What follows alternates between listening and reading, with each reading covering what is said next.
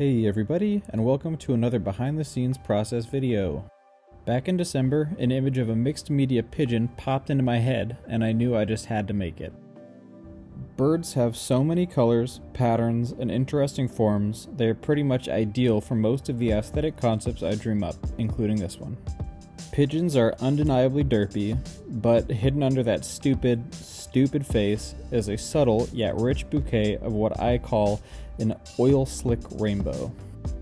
Per usual, I am working on Arches oil paper, which I didn't really need for this project because I didn't do any oil painting, but this stuff has quickly become my preferred medium. It has a nice tooth, but it's smoother than watercolor paper and makes for a lovely surface for mixed media work with no fear that it won't be tough enough to support my project. To help me keep track of the form of the pigeon through my layers of watercolor, pastel, and then pencil, I first drew it in with Caran Neocolor II water-soluble wax pastels. Drawing it in and then activating the colors will ensure I have an accurate and detailed enough frame to draw off of later, and help to make sure there is enough pigment and texture in the quote-unquote watercolor layer to stand out after I've put pencil and pastel on top of it. As always, I like to put in the relative value in grayscale first. I think one of these days I'll try having the quote-unquote watercolor layer be fully grayscale and then put all of the colors in on the top layer. Honestly, I will probably be using a pigeon for that too. Gray cloudy pools with little flecks and highlights of color feels just right for a pigeon. For this one, I decided to put in more color in the base layer, drawing over the grayscale with more wax pastel colors. When I'm putting in the shadows, I like to first put in a dark cool color, in this case usually a Prussian blue, and then go back over it with a vibrant but dark warm color, in this case often a cadmium red or reddish magenta. This process makes the shadows glow and gives a little added depth to them as well. Once I've got all the values and colors drawn in with the water-soluble wax pastels, it's time for me to activate them with water. Primarily I like to use a brush pen to activate the pastels, but this time I'm going around on select edges of the bird with a larger brush I have sufficiently saturated with water so that the pastel will bleed out into those areas really easily when I activate them. With the pigment extending outside of the pigeon's form, I tried to incorporate a combination of naturally occurring textures and shapes, stepping in to add depth and flourishes to the clouds when I felt the composition needed a small adjustment.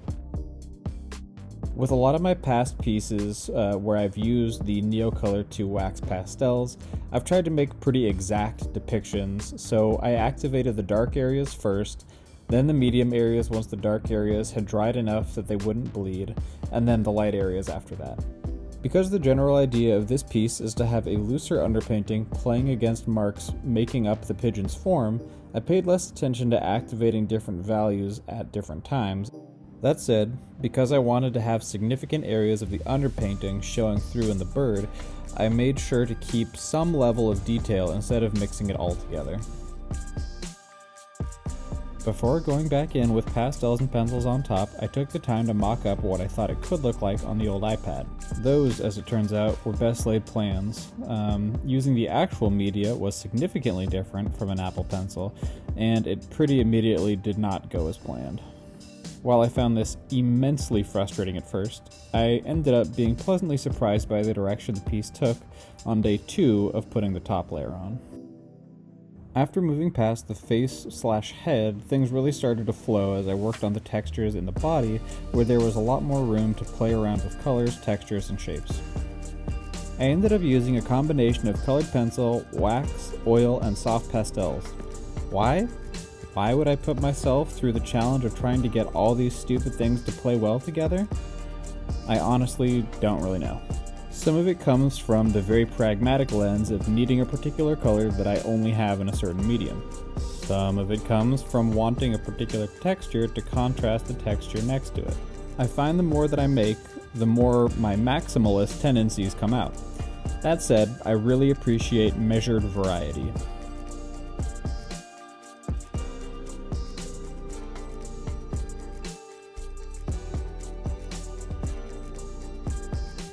For this piece, I wanted to incorporate mark making that helped define the form of the pigeon, had some variety in texture, allowed the underpainting to show through, and incorporated non-representational elements both in and outside of the pigeon.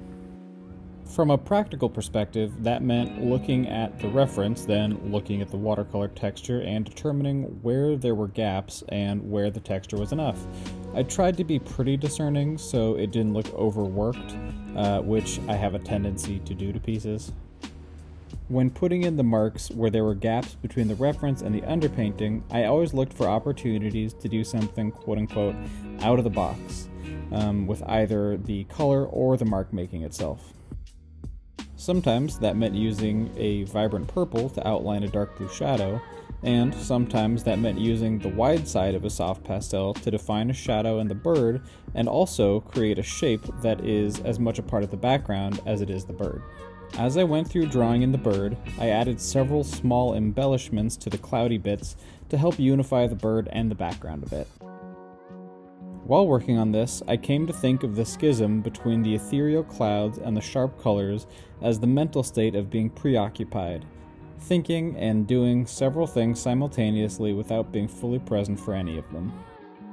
I think the generally overwhelming nature of the everyday has frayed all of our edges, leaving us feeling a little here and a little there. So I figured that would be an apt title for the piece, Here and There.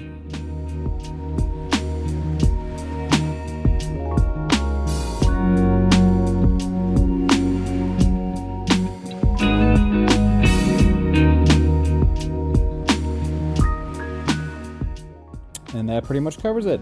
Thanks for tuning in again. If you are seeing this in February, thank you for being a patron and supporting the creation of my art. If you are seeing this in the summer and would like to get early access to more of my videos, please check out my Patreon, link in description. Alright, bye now.